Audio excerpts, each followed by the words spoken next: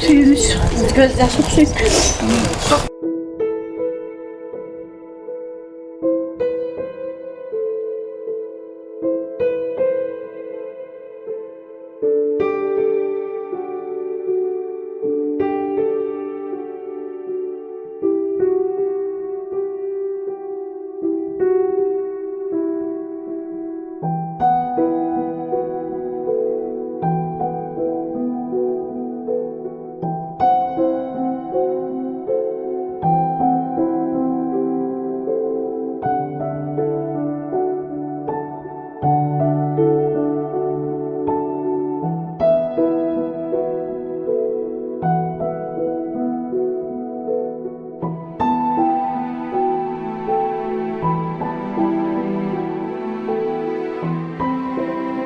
Mana şu Allah razı olsun, mana şu Yusuf bergenlerge kança yıllardan beri üysüz yürüyorum. Mana Allah'a şükür üylü olup kaldım.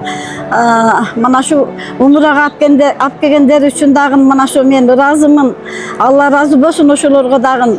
Tilegen bolsun o tileğine jetkile, oyloğun oyunlarga jetkile. Bala çakanlar men tınç ogula, bu dünyada jamandı körbegile. Mana şu sizler de apaňardy alıp kelgile mana şu jerge umuraga. Mana şu üysüzler üylü olsun. Bu dünyada jamandı görüşmesinler. Allah hakkı.